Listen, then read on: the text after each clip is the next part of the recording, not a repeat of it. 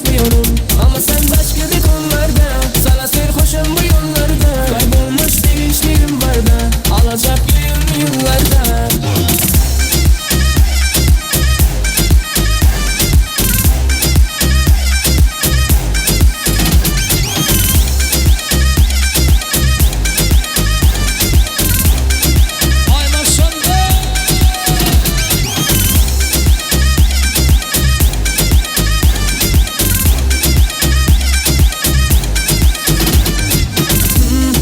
Şekerim benim of of, o nazına yerim. Hadi gel hadi gel, bir şeyler içelim, kendimizden geçelim. Şekerim benim of of, o nazına yerim. Hadi gel hadi gel, bir şeyler içelim, kendimizden geçelim. Hadi gel hadi gel, bir şeyler içelim, kendimizden geçelim.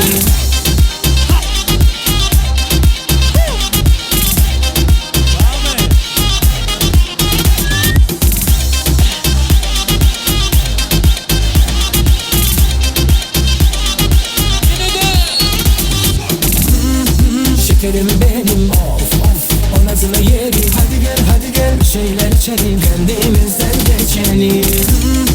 Şekerim benim of of, o nazına yerim. Hadi gel hadi gel, bir şeyler içelim, kendimizden geçelim. Hadi gel hadi gel, bir şeyler içelim, kendimizden geçelim. Hadi birlikte yeah.